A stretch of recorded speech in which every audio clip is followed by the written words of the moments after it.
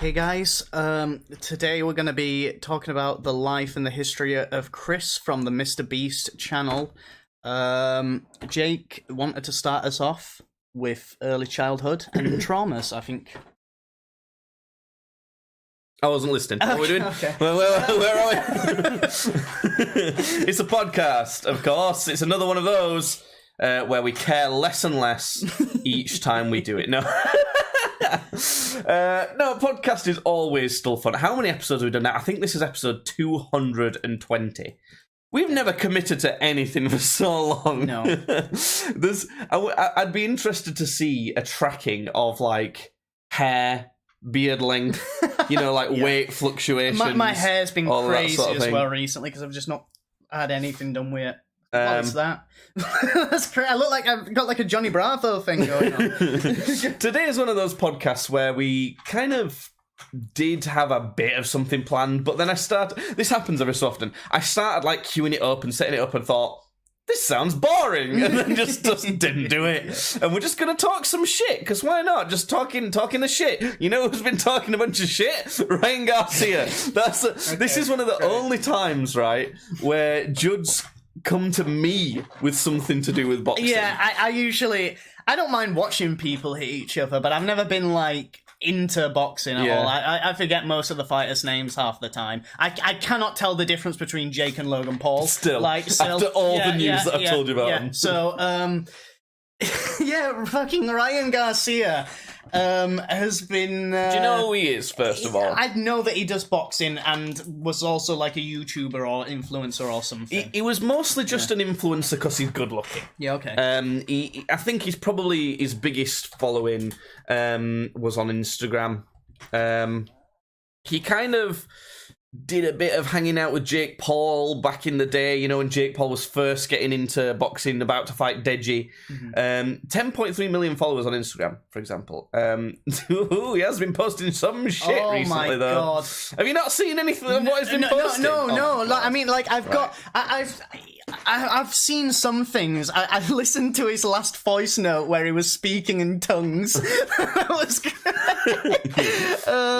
Holy shit.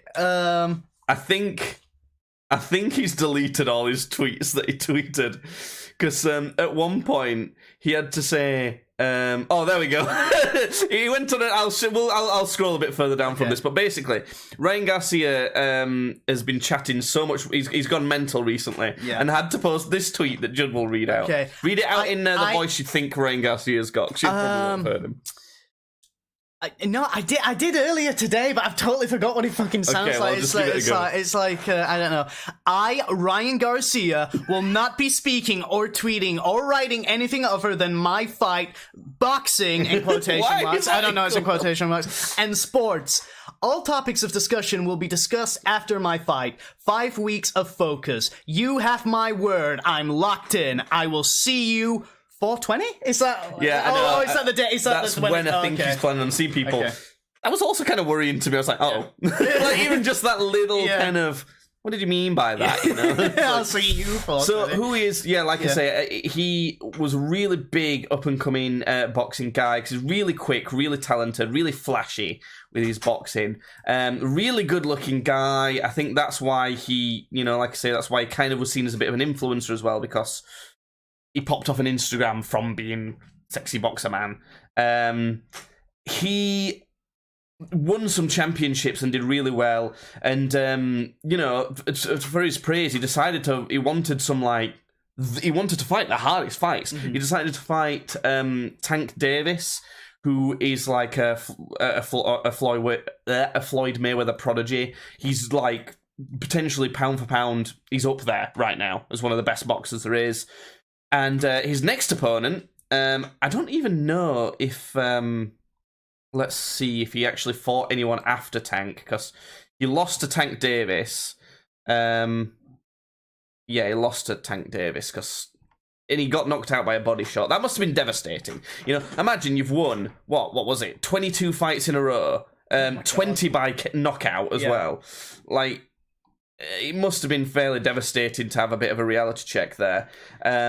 And it's not even... I mean, he was good, wasn't he? And he probably really still good, is good. And it's like... I don't know, it's just shit to see people fucking do that, because the reason why supposedly the reason why he's gone like this is because he's on bag all the time. People think he's on a lot of drugs all the time. He loves the coke, but I don't think he ever was like that before. Yeah. And even in his last fight against Oscar Duarte, he won that, and he seemed good, fairly sharp for it and everything. Yeah. But then he's, for some reason, decided to step in against potentially even harder competition than Tank Davis, depending who you ask. And he's fighting Devin Haney, who is an absolute... He is an amazing boxer. He's beaten Regis Prograis recently, beat Vasily Lomachenko. He's beaten some top competition. The type of people that would make Ryan Garcia shaking his boots, apparently. Yeah. Because it seems like as soon as he's back on the top competition train again, he's gone fucking mental. And it seems like he's on loads of drugs. His voice has changed loads. Yeah. Let me see if I can get an example. Sorry, I just really wanted to quickly throw this in. This was the message that alerted me to this fellow's right. This so one of your friends has told you about that. He was like, have you seen what's going on with Ryan Garcia? I was like, no, what? And I got back, bro is off the fucking rails. He's meant to fight Devin Haney for the WBC and hasn't pulled out, but he's also been showing up, blatantly coked the fuck out, and he's schizo posting on social talking about Bohemian Grove and how they raped him and held him down and made him watch kids get raped, and now he's posting voice notes speaking in tongues and shit. I know, he's crazy. He's gone fucking mental. Yeah, he's been talking a lot of stuff about child molesting and stuff like that, and blaming, weirdly, Bryce Hall. Do you know Bryce Hall? That big TikTok guy has done some YouTube boxing before. I think, bringing him into it? Like he's the ringleader? He's been involved there though, doing some of it, like essentially starting a new Epstein saga. Yeah. So let me. So Ryan Garcia on Logan Paul's podcast when he was kind of not fucking going mental, just pulling up an example of his voice then, and this was not long ago, 11 months ago, so near not the latest fight, but near the Tank Davis fight. But the reality of it, and that's what makes you a champion. When Muhammad Ali got up off the floor, Sugar Ray... Shit, yeah, it's you needs to hear it. Here you go, put those on. Aiden Ross. Oh, you getting awesome. Let's get back then to talking. I just there you go. Snap myself out of it, and I thought about the reality of it, and that's what makes you a champion. He seems, when Muhammad Ali got up off the floor, fairly put Sugar Ray together, Leonard got up off the floor. Doesn't look that's like what determines your heart. He's not twitching. His voice sounds fine. But if he kind of he's just a good-looking dude. He's like. And then if we listen to him, so again, this is a similar thing. He's on a different person's show. Coding and going hard. Yeah, I think I make more. Okay. And the type of split I have, I'm gonna make more. And so this is a Golden Boy promotion. He looks gone out. Was not involved. He sounds like he's developed I don't think so as well. Walking into the arena. Well, I saw some people talking about his middle of his face twitching and stuff like that. Bro, what's going out? Subscribe to that, you are cool now? Yes. How big a distraction was that on? Do you know who else's voice changed a lot? In boxing? Oh, I was going to say mine. Tyson Fury. Have you heard a difference in his voice? Recently? Because I always know the I'm gonna destroy you. So this is what Tyson Fury used to sound like. Just a little. Wait, Tyson, no, I'm thinking of Mike. I always fucking get Mike Tyson and Tyson Fury. And speaking on there. The doctor said to me, Dad, he said, right, he's here, but he's not very strong or he's not very big. And my dad meant to pick me up in his hand. Yeah, that's what he used to sound like. And looked at me and he went... And then obviously this is more recent. Wilder, you want to show up tomorrow, you little bitch? Not cheat yourself like you've been doing for the last... So obviously it's not so much about what he's saying, but you know what happened to Tyson Fury, don't you? He won all the world titles and went on a massive cocaine binge. Okay. So people are like, Yeah, okay. Another great example that I'm not even going to bother playing when it comes to voice comparisons to with cocaine is fucking Steve-O. I think everyone knows about him. Obviously. So, of course, it's a little bit too much, really, to say that it's not that, because, what the fuck? So yeah, he just seems to have gone mental, and I just do think it's the pressure of having to fight Devin Haney, who's probably like, you know, the hardest fight that he could take in his weight classes. Yeah. So I don't really know what else to say about it. He tried to do a drug test, like live on his thing, and like everyone like, okay, whatever you say. He was talking to Andrew Tate on a Twitter live. He tweets random shit like they auction off kids. Who? I'm not the crazy one. It's the people that know what I'm saying but are silent. Those are cowards and lazy ones. Sounding the trumpets. Sorry, I just saw one tweet from him that said June 6th, earthquake, bad, and bad is capital. Well, that would be bad. Yeah. You see, this is a thing, he's not wrong. An earthquake would be bad. Yeah, I love that one. Fuck, I love that. June 6th, earthquake, bad. So, I don't know, man. Loads of people have been calling for the fight to be off, because it's like, he's obviously not right. Yeah. But we've got, you know, it's not even been 2 weeks, really, but there was another YouTube, well, not, I know this isn't a YouTube, but there was another big internet icon who did a shit ton of drugs. Oh, Schizo posted on Twitter and then fucking died in his chair. That was wild, though. As soon as the news broke that he died, fucking accusations went flying around of stuff that he'd done. And I was thinking, fucking hell, what a moment to choose to accuse him of shit. I know, but like, go onto his Twitter and just, like, look at some of the shit that he was... Because it's actually, like, looking into madness, like the face of madness, like, just the shit he was coming out with. I think he's right, yeah. So... If you can't even read it out. Some of the stuff that he was tweeting. No, it's just shit. Neutron star. Yeah, he just treated. I'm like an alien. Yeah. Scared to death of Ethiopian magnesium. And what the fuck are you talking about? I mean, the explanation for the fast amount of subparticles is that motion means collision means a new Big Bang origin. What the fuck is he talking about? What the fuck is he talking about? You know when Joe Rogan goes on about DMT and about how you see new, like, realms and shit, and it could actually be open in your mind? Fuck off. Yeah. This is what's happening. Look, and it was all on the same day. It's all February 9th. There's like 100 tweets. Look, I'll just start going up, and like, obviously this isn't going to make any sense because it's just fucking madness. All right, first tweet, flawless, all caps. All right, that's it. Next tweet, fuck you, in response to a guy who's like looking at some like subscribers going up. I want you to notice, in all caps, many E's on the end of notice. Ride that roller coaster, little one, was another one. Fry Guys was another one. Ethan Fryer then. You know what, Neil, what is kind of crazy about this is his content was so weird anyway. Yeah. That you could just see this as he thought it'd be really funny to tweet a bunch of random shit on the same day. But then he died, and then like he died, overdosed and died. But what I'm saying is it's slightly different to Ryan Garcia in that like he wouldn't do that. Like how he's acting now is completely alien, whereas a guy who's already so kind of weird. Yeah, I know, but I mean, it goes on. Yeah, I'm at Five Guy. Pop Guys. Feist Guys, yeah, I'm at Five Guys. Local Money Fun. That's just not even words. Then Four Guys. And then simply just rape victim. Like, what the fuck? That one was too clear. Like, that one he didn't spell wrong at all. What the fuck? And then he died. And then he died. And it's like, it seems like he probably wasn't a good guy. I never liked his content or anything like that. I'm not gonna lie, I like some of his. I didn't follow him.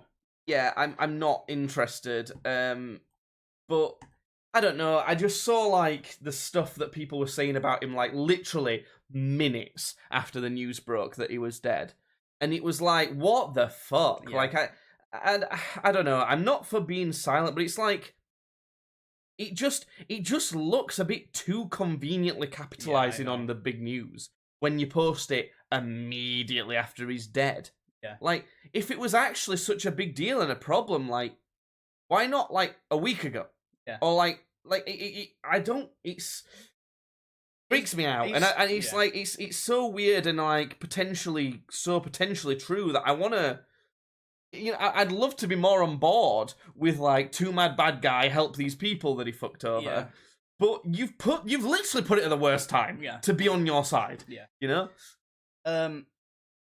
Do you think he did raping and stuff? Do you think he did anything bad? Yeah, I think he did some bad stuff. I don't know the extent of it, but like you say, it's just if something's a problem like that, it needs to immediately be addressed because if he's victimizing women in that space, you don't know how to do it and out people. Like if it's a problem, it immediately needs to address it. And it's like people say believe these people who come forward with this stuff like that.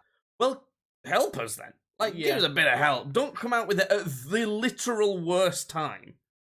There's for every story of like abuse and rape and stuff that there's also a story for false accusation and shit like that. So it's if he did awful shit, then he did awful shit, and it's he's. I'm glad he's dead. I'll just say it.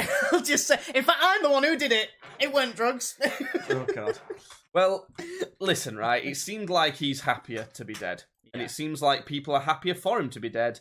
And I also feel weird about that whole sort of couple sentences I just had to say. Because that seems awful. Yeah. Both those things are awful. Okay. I still think it's not great to come forward immediately after someone's died and accuse them of all these things because, like, that person's still got a bunch of, or could have a bunch of family that could love them very much and not be aware of any of these things, and that's incredibly traumatizing for them. Yeah. On top of their loved one now being dead, and now you can say, well, fuck them. It doesn't matter. They were so horrible. I don't care. But like. If they were so horrible, and you didn't care about people knowing how horrible they were, why did you pick now then? It's so weird. It's like, it don't make sense. You should do it while he's there to be fucking held accountable for it. Not after he's died and he's essentially got away with it. Like, go on. The other argument is like, didn't feel safe to, or something like that. I don't know. I just think that it's pointless us waggering on about it. Really, it's more pointless because I don't want to have my brain chewed to bits by thinking about stuff like this.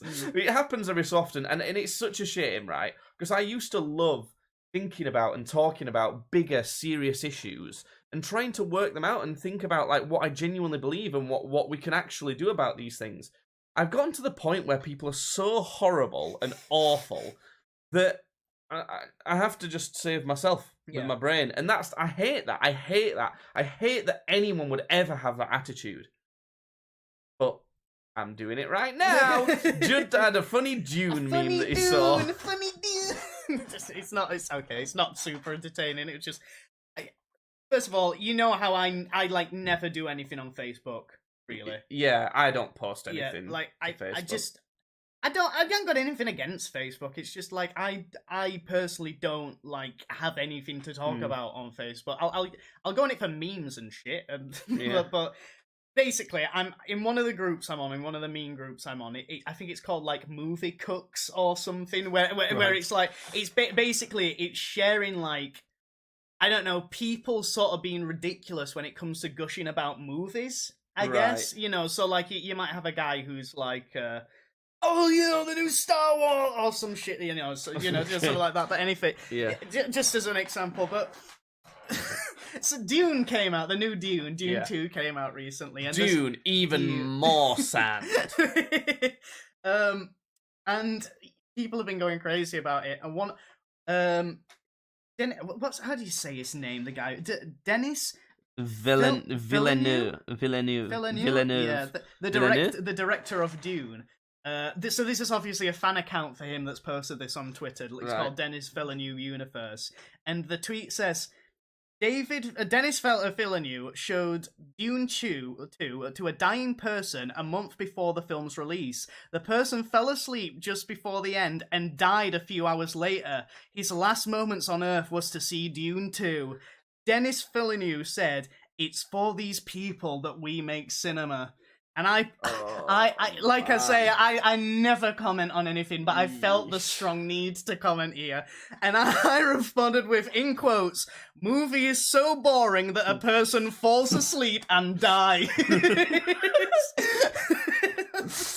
Do you know what? I'm not surprised. I know this sounds ridiculous. If it were genuinely really good, do you think you might cling on a bit longer? What? You mean, like... If I were, like, at the point of Avengers Endgame, where Tony Stark, you know, all the stones are going onto his hand, if I'm, like... about to die, I better cling on. I've just got to see the end of this shit. Smacking it. Yeah, you know, I'd really try. Yeah. I don't know. Maybe all those sweet desert tunes that were playing in the background just like lulled him into sleep. You mean that one? Yeah, fucking... Like that's it. That's the whole soundtrack. Yeah, brilliant. Oh god, that was it basically. But also, I guess as well, it's like, are you gonna go see Dune at all? Are you gonna wait? For No, it to I'll come probably out? pirate it. I'll legitimately acquire it in another mean. No, I think it's like it depends. Like if someone really wants to go to the cinema and like that's the thing they want to go see with me, I might see it at the cinema. That's the max. Like, I wouldn't personally pick to see that at the cinema. At this, the first one I wanted to see at the cinema. Now I get the gist of where they're doing with it. It's like I don't want to encourage this too much. The thing is because I know this from like I know the story of Dune. I know that like all of the cool shit comes directly after where the first movie fucking ended. So it's like the whole first movie is them going like, here's the setting. And the setup, but it's like the whole first movie is him going, here's a flash forward to Zendaya going, I'm a model. Which I'm gonna say this live on podcast, I don't think she's very attractive. I know you've said that I don't before. think she's quite famously, you think she's not attractive. I think I'd say she's, you know, she's all right. She's not. I never say she's ugly, but like I also I just don't see it. I like the meme of Judd thinks Zendaya's hideous. I don't. I'd love to have Zendaya on the podcast. Just like, do you know Judd thinks you're quite hideous? I never said that. I think you look great, but you know, Judd thinks you're quite hideous. Judd thinks you're more gross than the sandworm. Actually, whenever they showed a flash forward to Zendaya, Judd goes, "Oh fuck! Oh god!" I don't know. I thought June is. We have a spreadsheet where we rate movies and TV shows out of 100, and there's like a group that are rated 40. Yeah. And to me, those are movies that I can't say they were very bad. Yeah. They weren't awful.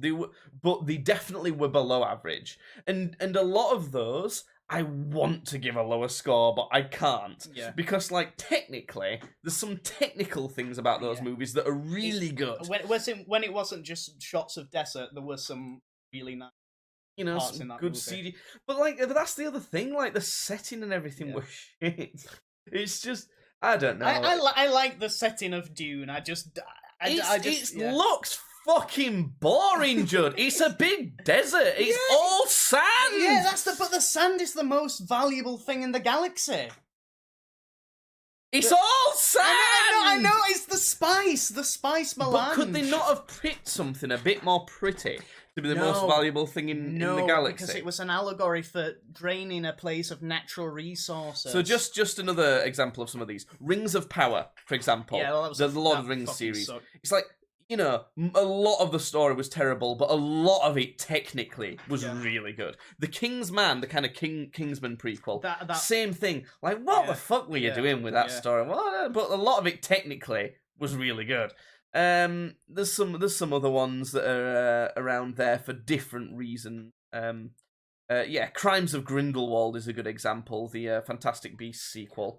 Again, technically, a lot to like about that, but the story's Why did you rate The Batman so low? The Batman? Yeah. Because it's shit. The Batman's one of those. The Batman's totally one of those. I give it like a 6, yeah. Judd, multiple holes in the mystery. like multiple, like really glaring problems with the entire reason for watching the whole fucking thing. Plus, I don't think a lot of the acting was as good as people make out. Like the stage, the set design, and everything. Well, I know this is like sounds like such a person who doesn't know a lot about movies thing to say. It was just too dark. Like I'm gonna say it. It was just too dark. Couldn't see what was going on so much. You just didn't like that Riddler turned out to be a Twitch streamer. You thought that was racial. You thought that was racial profiling. No, I thought that was quite good. I don't think it made any fucking sense. When he went, hey guys, thank you so much for all your tips on detonators. Like, that's he's like trying to hide from Batman. He's like creeping around a corner. He goes, thanks for the 24 months. And Batman turns and then immediately the next scene, he's got the voice changer, and it's like, if you are justice, please do not lie. And then he's like, oh well, cute kitty 6'5's just subscribe. Thanks for watching, guys. I'm gonna do a raid to 2 Mad tonight, and then in fact, you might find that 2 Mad's found a little surprise in the cocaine. Oh no, it was the Riddler all along. Riddler, God damn it. I don't know. It's one of those where like I don't know. It's one where like I've literally not gone back and watched it because I know like how strongly I felt about it that I've kind of almost purposefully blocked it out and moved on, so I don't have to think about it as much. But again, I give it 39 because there's I can't complain about everything in it. There's lots of stuff that's like not just okay. Like there's plenty to like about it. There's just a lot more to dislike about it, and I wish I could give it less. Are you not going to be watching The Penguin? No. I will. What? I'll be watching. There's going to be a TV show, isn't it? Of course they're it is. going to do like a fucking TV show. I'm going to go and have a wank and smack myself on the head with a hammer to end my life, 2 Mad style, because I'm sick of all this shit. It's so shit. I'm not only am I not going to watch that, I'm gonna go outside probably Warner Brothers. I'm going to pick it outside Warner Brothers, whether it's theirs or not, with me with a sign saying, "Fuck! Stop it!" That's all it says. Fuck! Stop it! Fuck! Stop it! I'm shouting like a crazy guy. Just outside. Just stop it! Stop it! A fucking pig from Looney Tunes is like looking from the office. It's like maybe he's got a point, guy. That was good. Sylvester's like, you stupid pig. I'm sick of all these. There's always got to be a series, and there's always got to be some fucking shitty capitalization on some bollocks. You know, I'm sick of it. It's just crap. It's shite. Why the fuck does anyone think a penguin focused series is a good idea? I'd like that. I'm looking forward to it. I'm gonna watch it. I'm looking forward to it. As even if you are looking forward to it and you think you will like it and it's a good idea for you, you've got to admit that who the fuck thought that one? I probably would have thought that one. I mean, completely. And I'd have gone, shut up. Sorry. Fuck it. Did you watch Gotham? Did you ever watch any of Gotham? No, I heard, because do you know why I didn't watch Gotham? Because I kind of heard conflicting things from you of like, oh, it's kind of a bit shit, and then you're like, I actually really like it. Because it is. Like... That's exactly what it is. It's like it's like good, but also it's like quite shit and like hammy. Right. But like it's shit in the ways that you go, oh, come on now. Apart from, you know, not being shit like, oh well, this is just shit. To me, it looked like I'd find it way too slow, and there'd be way too much talking, in the same way that I didn't like Game of Thrones. That's kind of what I thought it would be. Well, I like... The Penguin was my favourite character in that. I thought the guy who played Penguin, the first season of Gotham was the best season, and that was mostly about Penguin's rise to power. Like, great. So they've already done it as well, is what you're telling me? No, because Penguin is in power right now, but he's like in a power struggle against like I think probably Don Roan. And then the Batman shows up and it goes something in the way. I like that song. Ooh, that's the bit that I liked where the 39 points come from. Yeah, I liked that song. No, it wasn't that one. It was the Smells Like Teen Spirit cover that was on that movie. I think so. Was there? Smells Like Teen. Were they singing it in the Iceberg Spirit Lounge? Batman. I can't play this obviously for copyright, but yeah, there you go. Yeah, they were singing it in the Iceberg Lounge. Yeah. I don't know, man. Yeah. There's a lot of stuff like that. It's anyway. I know I'm going to watch the second part of June because it's one of those that I like. I don't expect to like it, but I'm gonna really go into it with a positive mindset. And want it to be good because I think that'd be amazing. You really rarely see a series fuck up really bad, in my opinion, and then like recover loads. Like you rarely see them, like especially movie series. Yeah. I feel like if something's to do that, it'd be Dune. This part 2, just because I know that like it just ramps up and like sets off, but. It also, well, the reason I don't think it'll do that is because the first one was so successful. It made a shit ton of money, people rate it really highly, and it was like mediocre at best. There were a lot. So like, if they're gonna do that sort of thing again to please people because they liked that a lot, it's gonna be mediocre at best again. There are a lot of people I found still that came out and like it were boring or whatever. But it was boring. I don't know what happened really. Fucking so. Do you want me to give you a quick TLDR to get you up to speed? You've got 54 seconds. Okay. That's how many times they show Zendaya. Okay, you can't interrupt. You can't interrupt me with your. Can you restart it? No. Yeah, you have to restart it now. Wasting a lot of time. Okay, I'll restart. 3, 2, 1, go.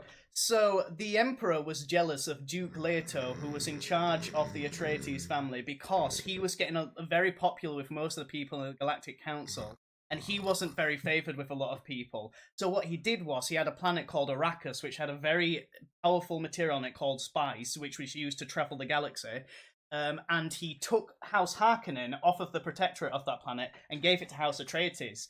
Now, he did this because he wanted to create tensions between House Harkonnen and House Atreides to get them fighting so that the Duke would be killed off and his opposition to the throne wouldn't be challenged anymore. However, the assassination attempt went wrong, and not only that, but the Emperor also sent his personal Sardaukar soldiers to help with it. So now the Atreides family know that they're only portrayed, not only they're portrayed by the Harkonnens, but they're portrayed by the Emperor. And now Paul is on a quest to avenge his family.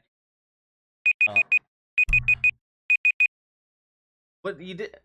When did Zendaya do something? She didn't. She doesn't in the first movie. She was in the first movie. I saw her. No, I saw her a lot. Not really though. She was in a. She was in a desert going like. Yeah, that's right. Well, that's what that lady does. Yeah.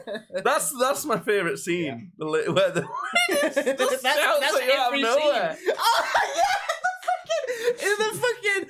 Oh my god! It's when she's talking about the crush knife. She's giving her a sword or something. So essentially, the big fucking sandworms, the Fremen have like a ritual blade where it's like a tooth from one of them, and it's very sacred to them. And she like pulls it out. This woman, they're like doing auditions for like a housekeeper, I guess, and she like pulls it out to like she's like, oh, this isn't a weapon. I'm giving this to you as like like a big sign of respect. And it's like she goes like, do you know what this knife is? And Lady Jessica goes to like to say, oh, it's the knife of But before she can even finish what she's saying, this woman who's giving him the knife goes, it's fucking bizarre. It's out of nowhere, and I was like. But this is what blows my mind about how people have reacted to this film. Everyone in the cinema, I could feel like the vibe of people was like, oh, whoa, that's like really like some emotional shit's going on. They were like really serious into it. I'm like trying not to laugh out loud because of how ridiculous that was. I started giggling a little. I could tell you were starting to giggle as well. We were sat next to each other like, why is this? I know, but yeah. I know that is what they're going for, because the thing is as well, one of the big sort of like points in Dune is the idea of like, don't blindly follow like prophets and prophecies and stuff. And what that scene was supposed to be was like, Lady Jessica wasn't even going to say the proper name of the knife. It was like started to sound like what it was, but this woman was so like ready to accept that this whole prophecy and shit was coming true because she's so desperate for a religion to be right that the second that she started saying it, she had like a spurg out and went, ah! Listen, right? Even if you give them a lot of the benefit of the doubt that's what's meant to be going on. I'm just saying. I'm not defending it. I'm just saying that is what that scene was supposed to be. But yeah, it's ridiculous. It's like, you know, she could have easily just been like, you know, like you know, she could have done that and like literally just have done. Yeah, just a little gasp or something. Maybe like you know, she's like on the verge of tears or something, you know. Then people are like, whoa, like what the fuck? You don't go like. It's funny because it was from no emotion. It was like nothing. Yeah. It's like so deadpan as well about it. Like if that was another thing, she was came in like. Do you know, like, do you know what this is? And like, she's like, oh yeah, then it's like, yeah, you know, like that's it was like some stupid shit out of Rick and Morty. yeah, it was. That whole movie's some dumb shit out of Rick and Morty. I do want to rewatch the first one to go into the second one because, like, I don't know for certain, but I think how you were describing the story then is supplemented by knowing more about it than just the movie tells you. Yeah, I guess, yeah. Which isn't fair, because the movie has to account for people who have not. I don't think you're really June. missing out. I think the biggest thing that you're missing is that in the book, the Baron is straight up a paedophile. I think that's the biggest thing that's missing. You know, they should have that sort of shit in an 18, but they'll not want it to be an 18 though, will they? I think that maybe they kind of slightly mentioned it. You only see them for a second, but basically in the books, the Duke always has like a very young androgynous boy and girl who are like his servants, following around the whole time. I think you see him for like a second in a scene when fucking what's his face Dave Bautista's like yelling at him while he's taking a bath or something. That is Dave Bautista. Dave Bautista. Fucking Beast Rakan, isn't it? Don't want him there. Beast Rakan. The Emperor took everything from us and gave it to that Duke! Yeah, you could do that. Oh! You could do that role. No, I want to be the Baron. I want to be the Baron going, when it's a gift. The Baron did a good job. The actor who was Baron. Skarsgård. Not Bill. Skarsgård. Yeah. Skarsgård Senior. Yeah, he was great. He was good. He was my favourite part of the movie, I gotta be honest. I think they could do the kind of like androgynous like pedo slaves. But it'd change the rating, they won't make as much money. If we're just talking about the movie being as good as possible, they could have some of that involved. Not obviously, you don't want to see too graphic. You're gonna have an awful 10-minute scene of him just railing. Oh god, that'd be horrible. You know, he's got like the anti-graft stuff in his spine. That's how he has to do it because he can't move himself. Oh no! And it's like. I don't know. It's like, how do you do that without like actually ruining children's lives? It's probably not worth it, is it? Really? No, I mean, probably. Is it? No, he never specific. He never. There's never a scene in the book where it's like here's a 10-page. Unlike it. Unlike it, where the straight up is. It's just more like in the book it like brings attention to it that like that. They are his slaves, and that is what they're for. You could have given him like a little Jabba the Hutt minion. Yeah. I liked that guy. Yeah, he was cool. He was cool. Now, I bet Star Wars does a spin-off series of that guy. yeah. Because they always need another series of some fucker who you shouldn't give a shit about. That's the worst for it, Star Wars. I've given up. I don't do Star Wars anymore. I'm mildly against Star Wars in general, as a franchise. Yeah, I will rewatch Dune before seeing the second one. I'll try and watch them both within a week. I'll say to make sure that I'm kind of. I'll say this about Dune actually. I really like how much it borrows from sort of like Muslim and that sort of like Eastern, because a lot of the times when you see sci-fi stuff, the cultures that they borrow from a lot are like Western and Japanese. Like it's always like Neo Tokyo and everything in it. It's like look at Cyberpunk. That it's like you never really see futures where it's like sort of like Muslim, like sort of like setting and ideals and that sort of Eastern. I really appreciate, because even for Warhammer, which I love so much, that's much more like Catholicism and stuff like Christianity. They do borrow from other cultures, like the Tao, but they're like Japanesey and stuff. You never really see. There is some that are utilized less for sci-fi stuff. I think that they could try to not utilize any. You know, kind of look at as many cultures you can and try and find any gaps. Yeah. And then sci-fi in the gaps. That'd be really hard, but it'd be really impressive if someone could pull it off. I kind of feel like that's what Star Trek is. No. There's a lot of like Western military influence. Definitely not. But like, you know, there's other cultures as well. Like Scandinavian culture don't get sci-fi very much, does it? No. So there's quite a lot of stuff that could be interesting. You know, so go make a movie, someone. I don't know. Don't make Somebody it boring make like Space Vikings, for fuck's sake. Why haven't we got Space Vikings? Yeah, someone do me a Space Vikings. Yeah, I watch it and start going, it's all snow, Judd! It's all snow! It's all snow! There's so many shots. Who's another fucking sexy actress nowadays? I don't know. Why do they keep fucking showing Angelina... Angelina Jolie's still hot, right? I think she's still hot, though. Sexy actresses. Who we got? Margot Robbie. Margot Robbie. No, it needs to be the new upcoming ones. You're right, she's too white, you won't be able to see her in the snow. It's true, though! Wait a minute. There we go. Yes. Okay. What we got going on? Zoe Kravitz, that's the one. That's a great one. Yeah. Zendaya's literally number two on this list. There's so many shots of Zoe Kravitz in this movie. What are we gonna do? I don't know. What she? Zazie Beetz. She's a Domino in Deadpool. Yeah. She is attractive. She is. She's more into Zazie Beetz than Zendaya. Oh my god, what's this picture of Donald Glover with a, like, wax man? Donald, who are you with? Who are you associating with, Donald?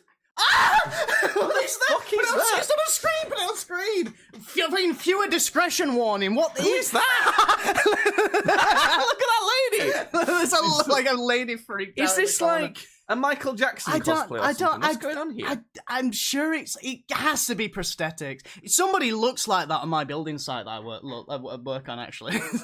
That's a person, like he's speaking to them. No, it's makeup and illusions and fucking magic tricks. Who is this? Why are we still sorry, getting distracted? There's a picture of Donald Glover. Even Donald's like, I have no idea who this man is. I've never seen him. Donald Glover and the rest of the Atlanta cast, in and out of character. He must be from Atlanta though. So this is I've heard about this actually. Yeah, I've heard of Atlanta. It's Donald Glover's like show on Hulu. Oh no, this isn't what I've heard of. Mr. and Mrs. Smith remake. He's doing. Oh, is it? Yeah, you know the Angelina Jolie, Brad Pitt movie. Is he directing or like? No, he's starring in it. Okay, the race swapping again, Judd. Of course. Come on, how did you not get that? Well, okay. I assumed a race swap, but like, I don't. It's a series, Judd. Oh, it's a series. Oh, great! Because we're not just been fucking talking about that. Oh god, it's everything. It's everything. I have to try and ignore everything. I have to, because I will go absolutely mental at how shit everything always is forever. Speaking of shit, Judd. So Helldivers 2, you talked to me a bunch about last week, and you gave it a 90 out of 100. You liked it a lot. Yeah. I'm going to reveal to you my score for Helldivers. I don't think it's shit. I'm just so you know, but it's not as good as you thought. I didn't think you. I thought, to be honest, I didn't think it'd be that low. I thought it'd be maybe 70. It was initially 70. Okay. And my first impressions was 70. I've dropped it to 60. Okay.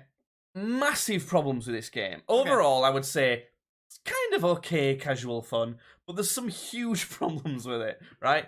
Starting off, it's not finished. It's really buggy. There are some bugs in it. There are quite some and bugs, we're not talking the fucking ones that you shoot Whoa! at, right? Whoa! No, but like as in like most of the bugs, to be fair, most of the glitches are not game breaking, but there is some. Like it can just break and you fail your mission and you have to start again. Like that's happened to me more than once, and I've not played it loads because, you know, so that's a problem, a definite problem, but not the biggest problem, I would say. And like I say, I haven't played it loads because of probably the biggest problem is it's just fucking boring. It's like I like it for an hour, and then it's like. Yeah, I know, but I feel like that's okay. It's the thing. It's like, you know, you just sort of get on it when you feel like it. There's no real sort, like, you know, there's no real obligation to play it. But the problem I have with that is I could play something like God of War, something with a story or something where you get a bit more for your just casual hour out of it. You'll get tired of hearing him go. Well, there's a reason I just downloaded Assassin's Creed Mirage, because I can play an hour of Assassin's Creed Mirage, progressing the story so much, and be like, oh, that was an interesting amount of story I've just heard for a casual hour. You'll get tired of hearing the. What does he say? What does he's called Basim? What does he say? What would he say? He'd probably say like, I am far too nice to be an assassin. Listen to my really soft, nice voice. He should say, Basim, I hardly know him. Yeah, that's what he should say.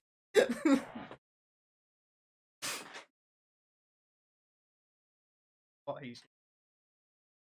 Yeah. So anyway, Helldivers. So yeah, it's just like I've not gotten past the challenging difficulty. Like what? Because there's lots of difficulties, isn't there? There's like trivial is the lowest. It's basically tutorial missions, isn't it?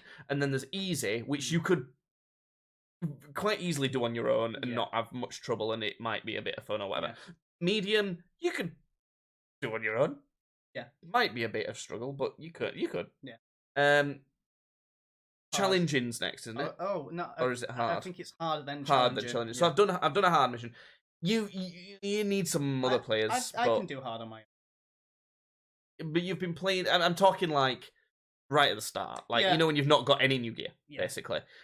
You could, but you need some new players. Really, it's like especially when you're dropping on a mission and you want to get all the side stuff done as well. If you're trying to do all that as well, you're gonna, some other people's almost necessary. Yeah. When you do a mission on your own and you die, it automatically redeploys. Yeah, reinforces you.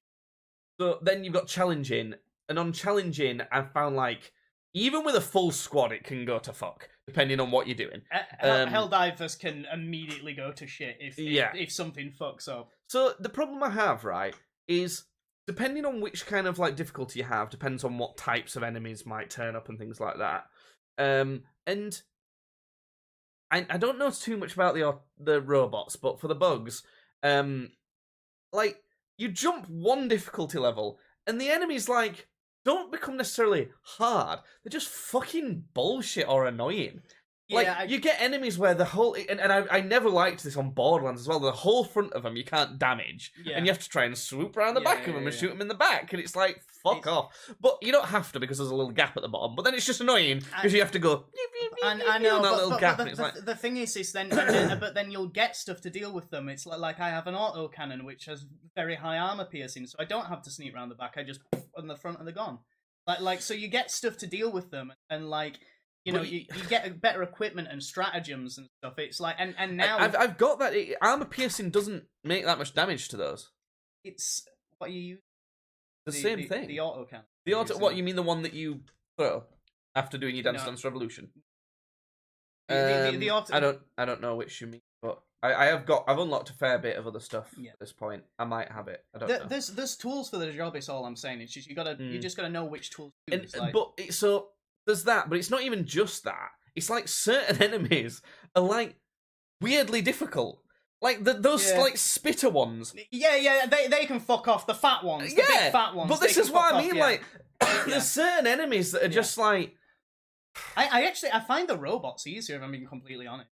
Like people. I've not played a lot. I keep seeing like memes, like videos where people are like, "Oh, people playing against the bugs," and it's like people having a great time, like just shooting bugs, and it's like people fighting against the automatons, and it's like space Vietnam. But it's like I don't find that. I find them a lot easier to sort of like. I found it even. I found it the same basically. But it's. I just find it either kind of boring, and I don't feel like I'm doing anything that's interesting. Or like a bit too annoying. Yeah. Like it's just fucking. And I think I find it annoying rather than challenging because there's like, I don't know. I just don't feel a reward. Like you don't feel rewarding. Mm-hmm. There's no story. And the story is like going to be progressing along with the game. But it's fine, but there's not a story. It might come out now. But what I'm saying is, why am I playing it? Shoot bugs, robots. okay, I can shoot guys on Assassin's Creed, and then it tells me some interesting story. No, you know, not really. Yeah. No, not really. He's probably just fucking Ezio again, also. No. But you say that, but he's going to show up in this game now and go, "There wasn't." I have got an Ezio costume. I get every costume that comes out on these games because I've got every Assassin's Creed game associated with my account. But I'm only using that as an example because that's the thing that I've downloaded most recently. I don't know. I still get 60 out of 100 for me. Oh, but I've not come across probably the second biggest problem of this game is other people. Yeah. Like you're essentially forced to play with other people. Can you force just you queuing on a mission or not? I think so. I'm pretty sure there's a solo queue thing, but I try not to do to join other people's games. I try to like make my own. If they're like being shitters, I can just kick them. Like, so it's not really a problem. But like you know, and my only criteria for that are like, so if you have an open mic, you're gone. Right. Like, I don't mind if you're quiet and you have an open mic. Yeah. But like, if you got a kid screeching in the background, you know, fucking fire alarms going, you know, every fucking. So if you join someone else's game, you can't vote to kick people. No, I think only. Right. Okay. So I like to run my own games because, like, you know, and then you get people who are either just shit or just trying to fuck the game up. So I'll kick them. I guess, but you can't. Like, you that's all right as a solution for you, but if everyone then does that, no one would get a game. Is what you It'd be a better play. It's just it's kind of like get a game. Just shut the fuck up and don't be shit. They're my two rules. No, but what you're saying is that's the solution to having shit teammates. Is you host the game so that you can kick them. If everyone hosts the game, no one gets a game. You know, so it's I don't know. I just think that like it's kind of shitty because there's kind of two problems in that friendly fire on a game where you've got randoms is probably not a good idea. I know they give you lots of respawns to compensate, but they also might not respawn you. Yeah. It's so it's like and again, a lot of these problems are like they are definitely problems, but I'm not like mega frustrated by it. It's not like making me not want to play. Apart from how boring it is, to be honest. That's the main thing. To be honest, I don't play it every night. I'll just get on it when I get on it. For me, the reason why I've ranked it so high is because, one, I love... To be honest, I think what does it for me the most is the sort of idea of the Helldivers, because they're kind of like... They're kind of like douchey frat boys who are sort of like inducted to the Helldivers at like a young, like sort of 18, 20 sort of age, and they're made to believe like, yeah, bro, fucking join the Helldivers. You get your sweet cape. You fucking get the girls. That entire thing's within the first 15 minutes. Yeah. They're all fucking broing out, and then the second that they hit the planet, they are immediately in a meat grinder, and they are torn to ribbons. But but cool, kind of funny. I know. But it's like that's 15 minutes of the game. Yeah, I know, it's great. I know what type of game this is, and I was kind of hoping for it to not be this, and it's almost not. It's basically a game to play with 3 other of your friends, do the objective. You don't have to stress so much. You know, like if I were playing Apex with you and someone else, we're playing ranked, we're fucking focusing, we're fucking doing it, you know? Whereas if you were playing this with 3 other friends, you know, you could be chatting about something else. You'd want them to fucking try and do it. Try and do the game. You'd not want them to like constantly kill you or something. That'd be really annoying. But like, you could talk about other stuff and, you know, still have a fun and that'd kind of be the fun time. It'd be almost hanging out and having kind of a fun thing to do at the same time.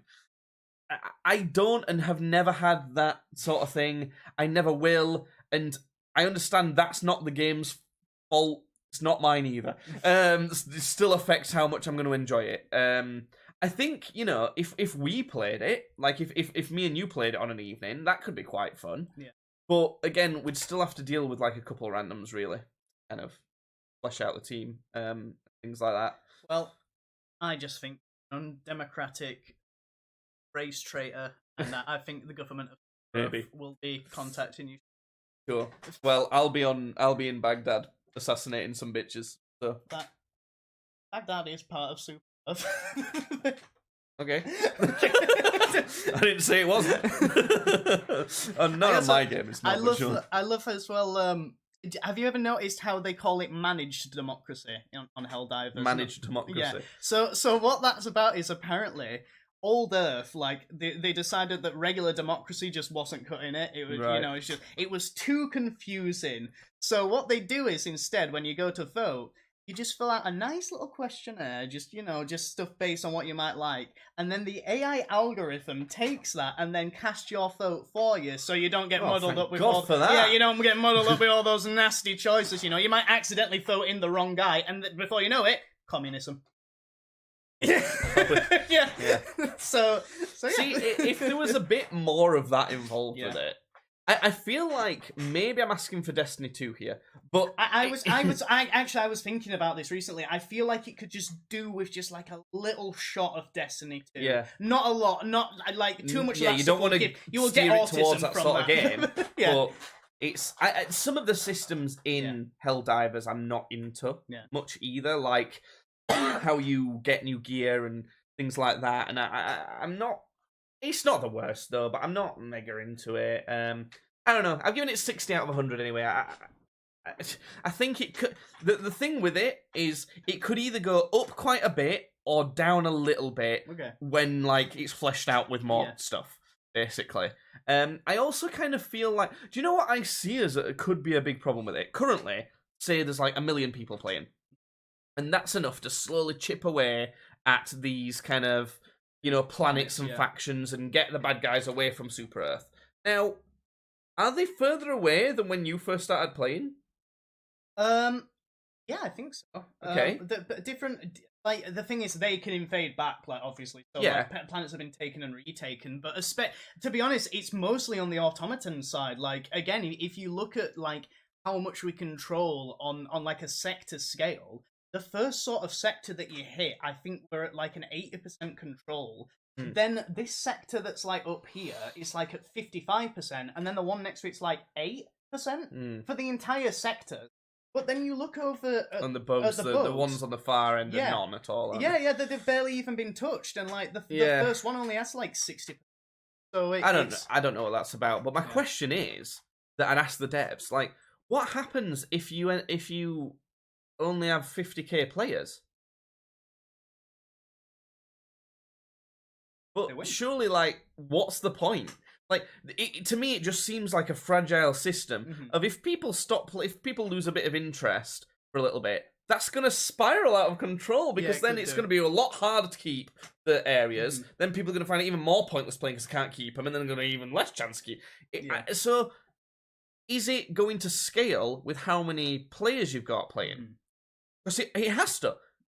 The other problem with that is, if it does scale with how many players are playing, who fucking cares then? There's no reason to play. Yeah. So it's like, a lot of things are going for it, but when you start kind of opening the hood and looking beneath it, it's got a small engine, I think. It's like a cool idea in theory, but then when you start thinking about it in practice, I don't see how this is going to work out for very long at all. I am interested to see how it I guess maybe we just gotta, get on and just capture all the worlds before those dirty fucking commies and bugs do. Do you know what I kind of hope it is? Is that they go, no, this is the balancing. And that, like, if you clear them out and the game's done. Yeah. For everyone, that's it. We just don't update it anymore, that's done.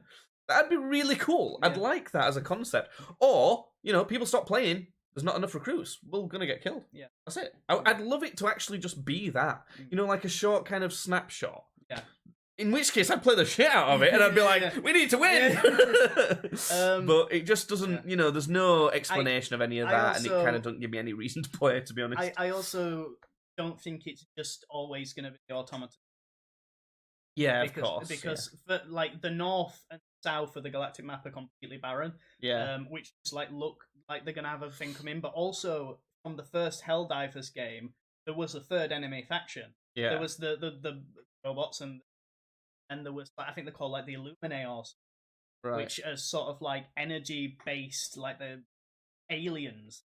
So like humanoid aliens or kind of I think cloud? No, they're like humanoid. I mean, when they say energy based, I mean like their tech is like energy based. Right. It's all like floaty stuff, and Yeah. I think they're kind of. I think they look like. Do you remember the fucking dudes, like the Prophet dudes from Halo, like sit in the chairs and they're like, oh. Right. Yeah. Yeah, I think they kind of like look like that. Yeah, there could be some scope for some cool enemies. I don't know. Like, obviously, I think you would potentially have more ideas for alien enemies for that game from Warhammer. You know, some inspiration from that. I'd like something a bit different. Can you imagine if they just added like the Jadoon from Doctor Who, just straight up did just like just literally the Jadoon? That'd be quite cool, actually. The intergalactic police of the Jadoon are not happy with Super Earth's tyranny. They could definitely do collaborations with other sci-fi. Just for like a little bit. It's like this like weird race have taken over a couple planets in this sector. They're calling themselves the Daleks. We've never heard of them before. Yeah, and Super Earth's gonna fight them. Yeah, they've come from like an alternate reality. Yeah. Well, we need to bring democracy to that alternate. It could be interesting, but again, it's like, why do I give a shit? I just don't know why I should give a shit. Like, I've started playing Assassin's Creed Mirage. I know why I should give a shit because Templars doing bad. They killed some children. I need to get them. Like, you know. Yeah. It's like pretty easy to get. It's not that this is complicated to get. It's that it's less than that. There's nothing there. Yeah. So I don't know. And like I say, if they introduced more content that did flesh it out more, I don't know if that'd make me more or less likely to want to play it either. It's a really weird scenario with Helldivers 2, and it's like I can't say that it's a bad one. But yeah. Just a bit on Assassin's Creed Mirage then. Because that's what I have been playing. I've done maybe about 4 hours of it. It's alright. Okay. It's odd. How new is this one? This is the latest one. Like it's like just come out, or not just come out. It came out maybe half a year ago. Let's see, Mirage. Came out 8th of October 2023. So that's a 5. Dyslexia. Yeah. Anyway, so it's good because I don't think there's any bad Assassin's Creed games. Shall I see what the worst one I've rated is? Let's have a look. I just search for ass on the spreadsheet. Yeah. No, I don't think there's any bad ones. My worst rated one is 74. I think all Assassin's Creed games are good. I think maybe the ones that could be bad are the like side scroller type of, like 2.5D ones. Yeah, I thought it was. What was that? Origins. Yeah. The Egyptian one. Oh wait, no. Which one was like the Egypt one, the Greek one? That's Odyssey. Odyssey was. I don't know why you dislike that. I thought that was. Dude, I thought that was boring. Your opinions are terrible. That was boring. How? How could you have thought that was boring? God. But literal nothing is not. It's not nothing. It's like oh my god! I remember the fucking repeatable missions where like there'd be like a big fight and you could choose one side or something, right? And you'd have to pick out certain people in the fights, and there'd be like this huge fight, and then like immediately after it's finished there'd just be like still the swords and stuff lying around, but everybody would just be gone. Like, all right guys, we'll do that tomorrow. We'll do that again tomorrow. Like, they just keep meeting up in the same place, have the same fucking fight. No, they don't. They do. What are you talking about? Like, these you like keep repeating these fights. They did on my game. I would like kept going up to this same place, and I'm like, I guess I'll choose the blue side, and like I'd fight the red side, and then. It's not in the same place. It was for me. I just kept. You must have had it bugged off something. Then I don't know what you're talking about, because it's supposed to be. Yeah. Well, you can go back and help a different side, but it's after and in the same kind of battle area, I guess. But that's after like definitely not immediately. Like that's after like multiple swaying of like politics through various other different means that you can do. I also don't like how. I know it's gonna sound silly, but I don't like how much fantasy they're putting in it. It's like, I know, yeah, obviously there were like these people with a weird fucking apple of Eden and stuff, but I didn't even really like it when they were doing that. I just liked it when... So you just don't like Assassin's Creed then? Because that's what it is. Well, no, because like in the first ones, it was like, you know, you were using a weird fucking memory machine, like access to your ancestor memories, but then it was like, now I'm like in a very historical setting. Yeah, like, again, we have these weird like things we're throwing in with like the Apple of Eden, but like it felt incredibly grounded with that bit of mysticism thrown in. But now it's like, oh, you fight the Minotaur's a boss. It's like, what? What do you mean I fight the Minotaur? Oh, that's a lot of Odyssey's not like that. Like, around the same amount as the first game is, well, maybe a bit more, but like, no, definitely not any more than like Brotherhood or something like that. Or Black Flag. No, see, no, I was just trying to think of Black Flag. There's not... What is the, like, sort of mysticism-wise in Black Flag? Well, there's a whole, like, kind of temple and story. I think it's to do with, like, it's like a prison of... No, it's like the... I don't really know what to call them. They've got a name. They're called like the Miner or something like that. But I think actually that's Pokemon's cookies. But it's something. It's a name like that or some bollocks. I don't know. You know, the race that came before. Yeah. They've got like this whole kind of like thing that's like a prison. Black Flag's worse than you remember. Actually, I can't. I prefer. When I've gone back and played all of them multiple times. Yeah. Assassin's Creed 3 is better than Black Flag, and that sounds controversial, but it is. Yeah, I was looking at like combat and gameplay. It's good. It's one of the better ones. The story's really nice on that. But again, like all throughout that, there's bits of this cave that's got like a key to it and stuff that is all very alien and shit. I know. Okay, but that's fair enough. But like at the same time, we have had. I don't believe we have had a lot of stuff that could be like, you know, oh, it's that alien sort of thing, you know, just sort of conspiracy things, and like they incorporated the Apple of Eden into that, which is like a religious thing, which I really like, and you know, it's, I don't know, it's just when they start going like fight the fucking Minotaur, it's like, well, okay, I get that aliens came to Earth at some point, which is, you know, it's out there, but you've tied it up in this universe. But when you suddenly go, also we have mythical creatures just roaming about, it's like... You don't just have mythical creatures roaming about. It's not like it just turns up out of nowhere. You walk out the door and there's just a chupacabra on the corner just taking a shit. I don't know. I think I do understand where you're coming from a little bit.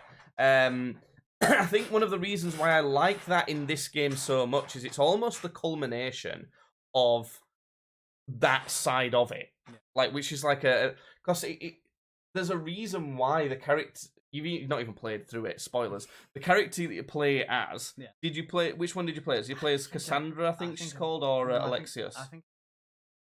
So for you, Alexios finds Pythagoras, who's his dad, is already about 1,000 years old. Oh, well, here we go. And then takes his staff from him because he's getting a little bit too cocky with that shit. Oh yeah. So his dad melts, and then because he's 1,000 years old, man. Yeah. He needed that thing, and then he stays there with that. Well, he has that staff and fucks off and does stuff, but he essentially protects this area. But the person he's playing as in the Animus, who then like needs to find that area, finds it, and he's there still with his staff. Okay. Because it stops him aging, and he's like he helps her get in there or something. I don't know why. But he's wearing a suit now. What? I described it purposely bad. It's like, you know, you could describe any good story purposely bad, couldn't you? But I don't know. I liked it because it was basically like, it was almost like a more realistic appointment of Adam and Eve as the first chosen ones to carry out the rest of the aliens' involvement with humans. It was kind of like that, and that's why they were kind of like almost more potently involved with it. But anyway, the latest one. So basically, Assassin's Creed has had 3 types of games so far. It's been classic feel, you know, where it's kind of like, you know, parkour around, open world, action adventure. There's been the kind of like spin-off ones where it's 2.5D, kind of Prince of Persia style, really.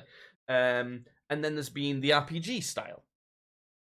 This one is like a mildly confusing blend of the classic and the RPG style. Okay. Which, like, I'm understanding a bit more as I'm going along. And I'm being a bit like, why? It's like a lot of the systems for having different swords or upgrading your gear and stuff like that it's not as in depth as the RPG one, but you can tell they felt like they can't just take it out because people are going to think they're going backwards, which they would be going. So it's like they've ended up with this like weird kind of like system of upgrading your gear where it actually don't feel like you're really doing anything to any of your gear.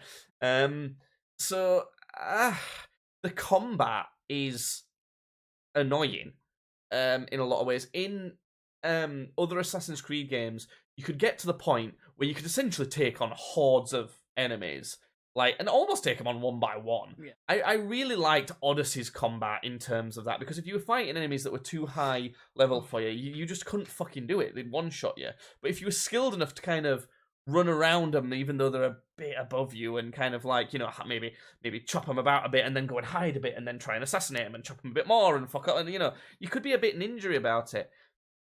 In this, it's like, it almost feels what I feel like Dark Souls might feel like a bit more. Okay. In that, or like Jedi Fallen Order, in that enemies do a lot of damage to you now. And I feel like if I were to fight more than 2 enemies at once, I'd be kind of fucked. Yeah. Which I guess is maybe more realistic, but it's not more fun. So it almost, so far at least, I almost feel a bit forced into stealth. Yeah. Which plays in with the story, I guess, as well at the minute, in that they're meant to be more hidden than they ever have been at this point in the thing. They're literally called the Hidden Ones. They're not called the Assassins or anything at this point. So I don't know, man. It just seems like it's a bit kind of fucky. It's a bit of a weird blend between the two. There's a lot of, because it's set in the same place as the first Assassin's Creed. There's a lot of the old school, going and gathering in intelligence, assassinate the bad guy in this area. There's a lot of that again, and that was 2007 game, man. Yeah. Come on. So I don't know. I've got a question. How far do you think they could go in Stray, the main gameplay segment, as your Assassin's Creed? How far do you go before? Oh, right, okay. So, how close to modern day? Yeah. See, it's difficult. I always thought it was difficult when they started bringing guns into the equation, because it's like, how are you going to manage Assassin's Creed type gameplay with guns? Let me just look at Assassin's Creed timeline. Because I want to know what's the most kind of close one at the minute. Well, I would have thought it was free. No, because Syndicate, 1800s, isn't it? Yeah, I think Syndicate's close one. There was a bit of Syndicate where there was a side mission where you were playing in World War One, but that's that's almost like a kind of storied. How it wouldn't happen for another 50 years. Yeah, 60 years? It was. So you play as Jacob and Evie, don't you? It was Evie's daughter, I think. Okay. It was a little kind of flash forward to the future type of dealio. I think you couldn't do any of the world wars. It's you couldn't stay in one place for them. If you were to do the world wars, it'd be a bit like another Ubisoft game, which I didn't think was as good for doing what I'm going to suggest. Watch Dogs Legion. You'd have to essentially have multiple characters you play as throughout of it, and that wouldn't be good. You can't gel with a character and stories then, so. I don't know, I'm tempted to say Syndicate, but it depends on where it was set as well, because, you could set it in, Africa in the 1900s or something like that, because the technology would be different, or... Suppose you could do, a sort of Lawrence of Arabia thing. And it was a descent and stuff over there, but you know the Nazis definitely took guns and tanks with them. So it's like I think that like even this is pushing it. I think they even had to downplay the fact that 1868 for Syndicate was in London. I think helped it a lot because guns, you know, there'd be more guns in America. Maybe. I think because they couldn't do Wild West.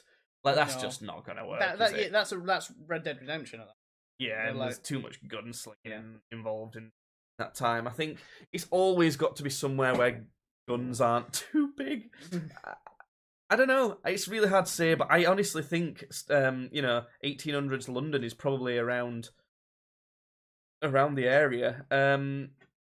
When it comes to like what's an era that would be interesting, they've obviously done ancient Greece, ancient Egypt, ancient kind of. They've never done Rome.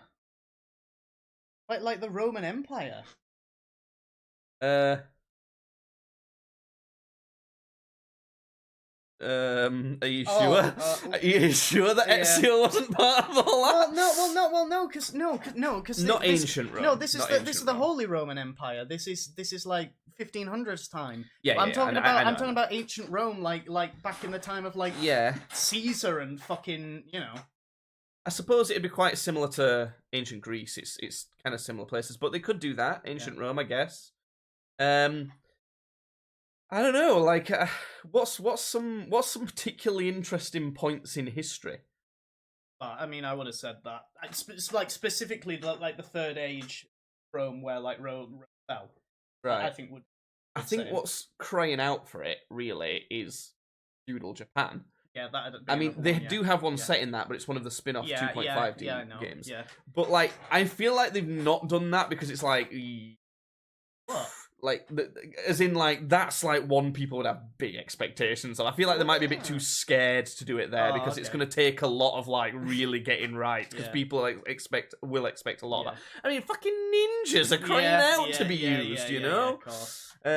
So that's a big one. Is there any, Australian history?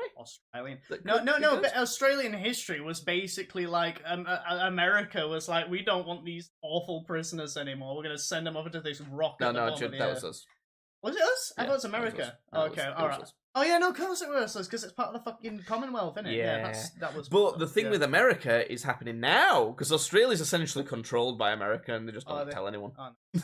There's like multiple big scary military bases owned by America on Australian soil so that they can have their big spy network. Yeah. And then as soon as Australia voted in a president that was like, I don't think this is great. Yeah. I think Australia should be Australia and not ruled by Americans. They literally had him sacked. America went, no. Yeah. You're fired. Honestly. Trump went, you're fired. Yeah. Basically. But I don't know, maybe like Aboriginal. Is there any Aboriginal history that could be good there? But there wouldn't be big enough. It'd be really small settlements, wouldn't it? Aztec could. Aztec, could be big Aztec empires. I'm trying to think if the only Aztec stuff we've seen has been on Black Flag, but well, it's already been ancient and stuff. That could be a really good one actually, because they've already got a bunch of like trippy bollocks with like ayahuasca and stuff, haven't they? That could be involved. Yeah, I think that might take my vote actually. What else? There's some old stuff to do with like I recently went to Poland. There was some history from Poland that could be cool, but it's kind of like, generic Europe. Have they had kind of an Eastern Europe place though? No, I don't think they've had like they could do like a Russia or like Poland. There was a Russian 2.5D, I think. But like we're talking mainline games. Forget those. Yeah, maybe an Eastern Europe thing could be good. I'm thinking like what's he called? There's like a famous Polish king, could be around the time of that guy. I don't know. I'm enjoying Assassin's Creed Mirage so far, but it's like there was that dude who like did that surface for the king where I think they awesome. And when the king was like, "Oh, what is your rewards, soldier?" He's like, I want you to get a message out to all of the bars in all of Russia and all the pubs. If I ever come into a bar and I give like, I think it's like this signal, they have to supply me with as much free vodka as I want. The king was like, done. And that's how he was paid. It's like, so whenever he'd go into a bar anywhere in Russia, he'd just go, they'd serve him. How did they not know it was like another guy doing it? What if another guy did it? He only had this discussion with the king, was the thing. It wasn't like this huge bit, like the entire kingdom wasn't looking at this meeting. He just like had a meeting with the king, was like, this is going to be my signal. Okay, whatever you say. I don't know if it's real. I don't know if it's like, that was a real thing that happened. But I guess, like, you know, that's something that could be worked in. Maybe you play the assassin who was like, I just want vodka, fuck it. Could be. Yeah. Could be. I think I'd prefer a game in a different Eastern European country, though, rather than Russia. But, because, well, Russia's not Eastern anyway, technically. I think it's Asia. I don't know. I don't know. Could be all confused. Do you know what, though? I've been playing Assassin's Creed Mirage, and the first things I was thinking is, like, I'm getting to know in the, like, systems and stuff. As well, there's these, like, you get these, like, tokens you, like, have to give to certain people. With some tokens. I don't know about that. And as I was finding out what the systems are for, like, leveling up and your gear and how the combat's going to be, all that sort of thing, it was like, oh, okay. It was my reaction to most of them. I guess that's fine. It was my reaction to a lot of it. So long as the story's alright, I can tell you now what's going to happen in the story. Yeah. There's like a woman that you ran with as a thief right at the start. Is she going to be a Templar? Okay, I'm not even playing it and I just got it. Yeah. There you go. She's going to have been captured by him and then gotten to work for her. Yeah. Because what happens right at the start is, you're thief man, you've got a lady thief friend, and you work for this guy, steal him some shit, and he's subcontracting you for the hidden ones, the assassins. You see one of them and you're like, oh shit, I want to be one. Let me help. And they're like, eh. Okay, and then you're like, that's usually how it goes, though. And then you're like, I'm gonna steal their thing that they want, and then they'll like me. So you go with your friend, you steal the shit, you grab it, and then you go, whoa! Yeah, because it's some weird shit. They capture you, and then she stabs the like king dude. He's not a king. He's maybe more like a mayor. I don't know what the fuck. This important guy. Yeah. She stabs him because he's like gonna kill you. Okay. And then you're like, oh, what the fuck? Why did you kill him? And then you kind of run off, I guess. And the guards kill all these orphans that you were looking after because you did that, obviously. Yeah. And then you're like, Basim's like, oh, I never want to see you again, bitch. Why did you kill him? Well, you wanted to fucking steal the shit. Like, what are you talking about? Yeah. So, and then he's like, and then he runs off and joins the assassins. And I would not want to play a game of this. Well, yeah, I didn't like it, but they make up for it because he's really like nice and soothing all the rest of the time. So like, but like, it's so obvious that like when he says the line, "I never want to see you again." You're definitely gonna see her again, and she's gonna be a baddie. He goes, I never want to see you again, and then he looks at the camera and goes, and he goes, oh god, it's like, so you know, some of the story can be a bit, I don't know. So like I was saying, I was playing through these systems, feeling that story, and it kind of just made me think, would be fun to play the London one again. That was the main thing I was thinking. Yeah. I was like, which one of the Assassin's Creeds would I like to go back and play instead of this one that seems like it's not going to be as good? Did you? Yeah. Okay, do you want to do fine, else? Yeah, okay. sure. I was supposed to be at a tournament on, I think you know. Oh, because you went Sunday. To Liverpool or something, didn't you? I drove all the way to Liverpool. Not a bad drive.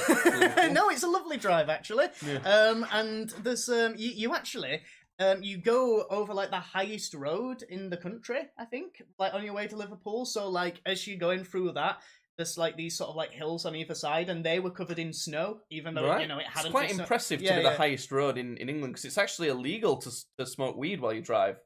Well, listen, looking in Liverpool, everything works different, baby. So I was in a 1,000 point Warhammer 40k tournament. Is that a lot of points? How many points did I play that time? 1,000. That's 1,000. That still lasts 4 hours a game. Well, no. If you know what you're doing, it doesn't. Like in tournaments, 1,000 point game would probably last like an hour 20. People who know what they're doing. You didn't know what you're doing. I was having to explain like every single fucking movement. You can tell me. Just No, I love it. Boring, It's great. boring, I isn't love it. It's great. Yeah. So I'd signed up. I've actually signed up for a few tournaments. I'm meant to be in one this Sunday, which is a 2,000 point tournament. But we're doing something on Saturday, so don't miss that. I know we are. I'm just gonna be very hungover. I go to the tournament. Good. So we're So basically, you know how like in tabletop games they'll bring out like new edition like game like with updated rules and stuff. So back in 9th edition, just a quick question on that: is there a version where everyone's like, let's just play that version now? Because it makes me think of Civ. Right, where like everyone plays, like Civ 6 has come out, expansions to that and everything, but everyone plays Civ 5 with the expansions. That's like the version of that game. So it's, I wouldn't say as much with Warhammer 40k because I think a majority of the people like keeping up to date with like the current meta and rules. But there are like a huge amount of players who are like from the 80s, you know, because it's been around for so long. I found that most people seem to agree that 5th edition Warhammer 40k was the shit. And where like they perfectly managed to like find a medium ground of like balance and also like flavor for your armies as well. Like you can really flesh them out how you want to. Now it just seems to all be about balance, like less about like, you know, flavor and actually like, you know, playing your army to the way that it's, you know, meant to be played. Because mainly the competitive scene's gotten so big, basically. So that's why they're focusing a lot more on balance now. In these Sounds like Apex now. yeah, basically, yeah. So back in 8th or 9th edition, we're on 10th edition now. 1,000 point game referred to as a combat patrol game, right? Because it's like this is a combat patrol of this group. It's like a smaller force. Then it changed over to 10th edition. And they started releasing these box sets, like these sort of little army-ready box sets that were called combat patrols. So sounds fun. Yeah, okay. So basically, you buy the box, you do everything in the box. I have a little army to go.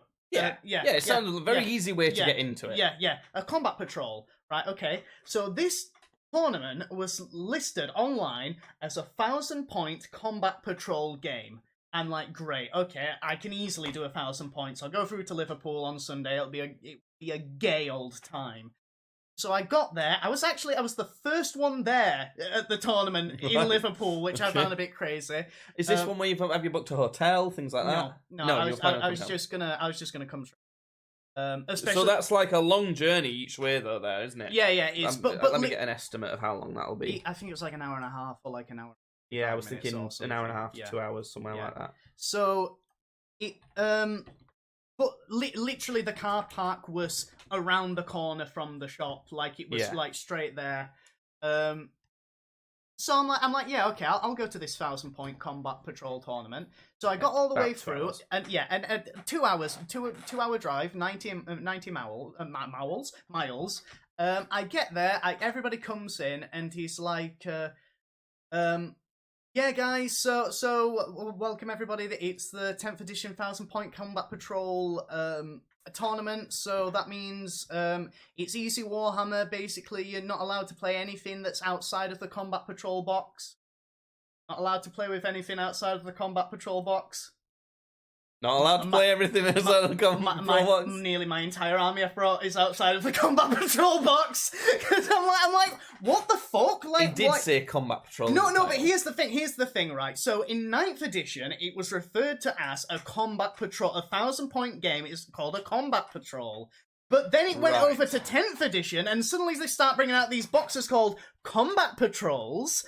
And now apparently there's this whole alternate way to play 40k where you can only use those specific models, and that game is called a combat patrol game in 10th edition. 1,000 point game of normal Warhammer 40k is called Incursion, Jake. Oh, could they not have called those patrols something else? No, Jake, no, they couldn't. so like, yeah, I drove all the way through that. I'm like, I can't play in this tournament because like, I had literally one unit in my entire army list, which was from that box. So I was like, I can't do it. And it was like, oh, I'm sorry, then we're just. How did that not flag up when you signed up? I don't know, but it's just like, Why the fuck would you do that? Why would you name it a 1,000 That's point the game? main problem. Combat Patrol. But I also feel like these people who organised it should have been aware of this fuck up and should have had some sort of thing to foolproof that. It should have said in massive things, only Combat Patrol boxes allowed, or, you know, because surely you have to put down what army you're bringing, don't you, to sign up? So surely they should be able to validate that and be like, they're not part of these boxes, it's an invalid thing. Basically, they didn't. So it's like, it'd be like, okay, roads exist, cars drive on those. Yeah. We've got these two-wheeled ones, right? We're gonna call those cars. So those things you've been driving before, we're gonna call them. Yeah. And if you're ever found driving on the motorway with a car and you will be fined.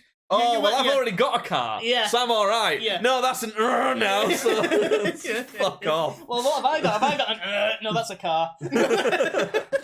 Yeah, so it was one of those. So basically, I got. It took me 2 hours. I woke up at like 6 a.m. on a Sunday, so I could get there nice and early. And you already don't get a lot of sleep with work. So I was like, fucking great. But then the horrors didn't even stop then, because getting into Liverpool was fine. That was a fine drive. But for some reason, my sat-nav decided to shit itself in the middle of Liverpool Centre, right? And I got completely turned around. Ended up going through this tunnel for ages, got to the end of it, I was at a toll gate, like, at the end of this bridge, with, like, several police cars around me. I started freaking out, I'm like, what am I in? And, like, so, I get to the front, I pay for this thing, and I barely have enough money to pay the toll. Right. And then, as I get out of this toll thing, my sat-nav's like, oh, working now. I'm like, great, where do I go? Oh, back through the toll. I'm like, well, fucking great. So I have to turn back around, pay again for this toll that I've just gone through, and then go through again. Did you not think when you were going through the toll bit, it was like, this is not working? Well, no, I knew that, but, like, the fuckers, like, right... You have to use the toll to go for. You can't just turn around and go back through the tunnel, because there is specifically a part for you to do a U-turn and turn around back in the tunnel. But there's a sign up on it that says authorized vehicles only, £200 fine. But could you not have said to the people at toll booth, something's gone wrong here. I'm really not supposed to be down here. I'm trying to go back. Am I authorized to use the thing? Maybe I could, but I was just like, fuck it. How much was it? The toll? It wasn't a huge amount. It's only like 2. It wasn't like a 10 quid. Still annoying, isn't it? I know, but it's like. But it's especially annoying. Like if people were listening to this in America, it does not sound like a big deal at all. We don't have any toll. No, roads, we don't. Basically. We don't do that. So that's especially annoying. Yeah. But it's a shame that you've had that experience in Liverpool, because I really loved Liverpool when I went. Did you not? So did you just go home then straight away? Yeah, because I was saying to my nan, I was like, you know where the fucking Beatles statue is in Liverpool? I was like 2 streets away from the Beatles statue. Yeah. So I was like saying to Nan, I'm going to go see the Beatles statue. Which is really in the centre as well. Yeah. It's not like you could have parked anywhere there. It's not. No, but I did. I parked super close to it. There was like the NCP car park that was really... But I was just so fucking pissed off by the whole thing. I got straight back in my car. I sat there for like 10 minutes just thinking, why the fuck would they name a box Combat Patrol when that is the same name for a measurement system of your game, and then change it in addition later, and then make an alternate rule set called Combat Patrol? The fact that it's one addition later is really bad for them. If it were like something like a relic from the 80s that then they've now changed recently, it might be easier to process for most people. But literally, how often do they change an edition? Like every 4 or 5 years. Right. So, okay. So that's like that's like actually a really long time. It was quite easy to determine. No, I thought it might have been every year, maybe. No. Every 2 years. No. But okay, fair enough. But I don't know. It's such a shame though, because Liverpool's so fun. When I went, I was just having a mental breakdown and needed somewhere to chill away from people. It worked great. I just kind of like got a hotel there. I kind of brought some fucking, I don't know what I brought, some like mead with me. I think it was mead with me, or some honey whiskey. That's what it was. I had that. I'm fucking slightly tipsy. Went over to Beatles statue and got a lady to take a picture of me next to it. I rode an electric scooter to a Chinese restaurant, and this man didn't speak English. It was good. I went to a comedy club for the first time there. Oh wow! Yeah. And but that's where the only bad thing happened to me. Right? Okay. I've told all these stories before, so I'm not gonna. At this comedy club, you could buy a 4-pint bucket for what, like just a massive pint. And I'm thinking, brilliant! I don't have to get up. I'll just order that, and you order it to your seat as well. They bring it to you, and then that's it. Once comedy's done, I've got my thing. You know, they stop bringing stuff in. Then like that's it. Because you're not allowed to go back out for drinks. You're only allowed to go to the toilet.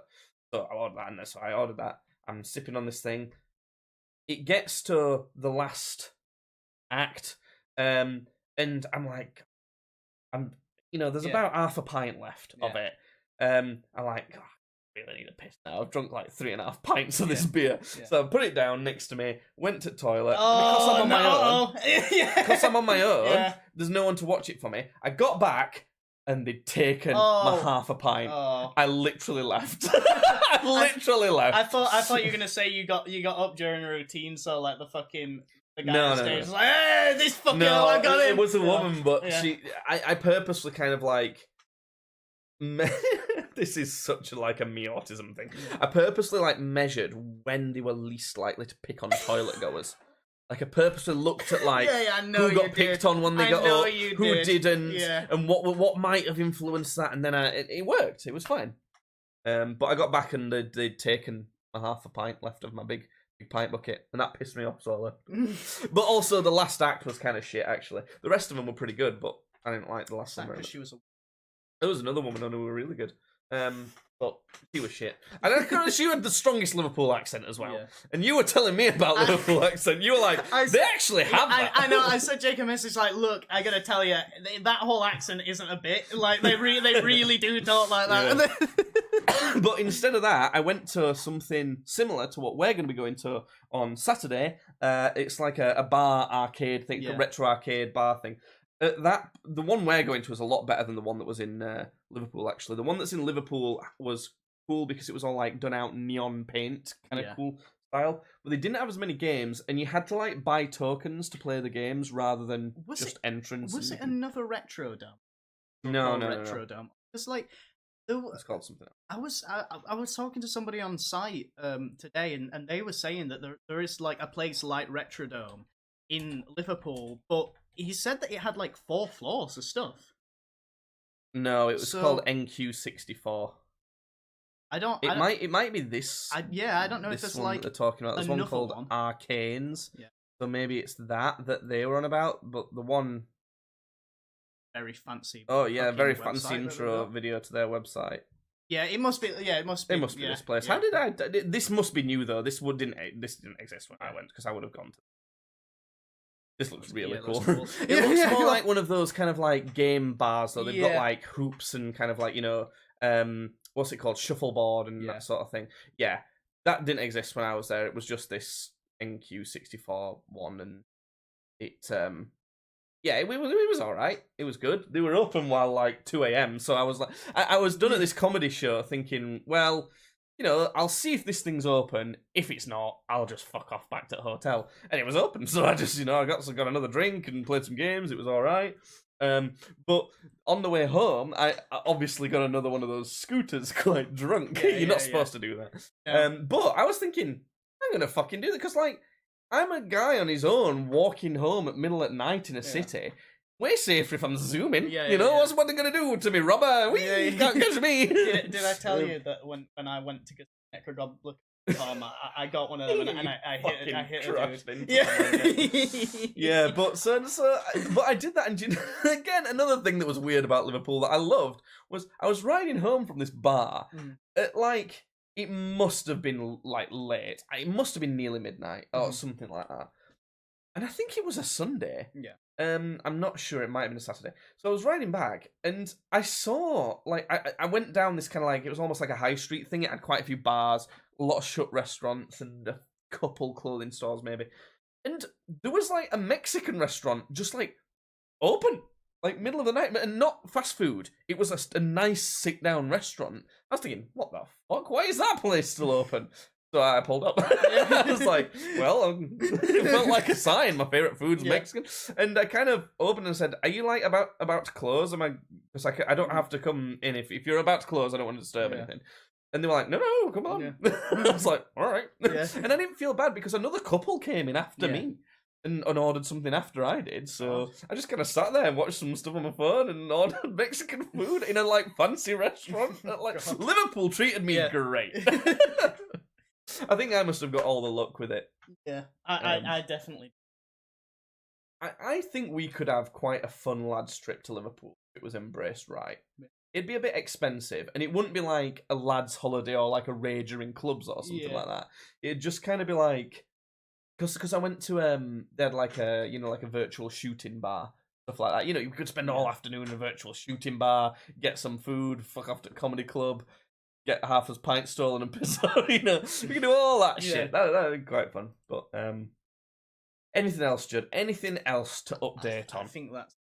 It's been a long one. We've rambled on about all sorts of shite. I don't know what I'm going to title this podcast, but I think that's better than than a lot of stuff we do sometimes. Sometimes it's good to just kind of sit around and talk the shit. Call this episode "Two Lads, Too Mad." Badly. Yeah, sure. Yeah. Okay. Right. Bye, podcast listeners. Next week, you'll have tales of my birthday and whatever the fuck debauchery we get up to with that. Bye. Bye.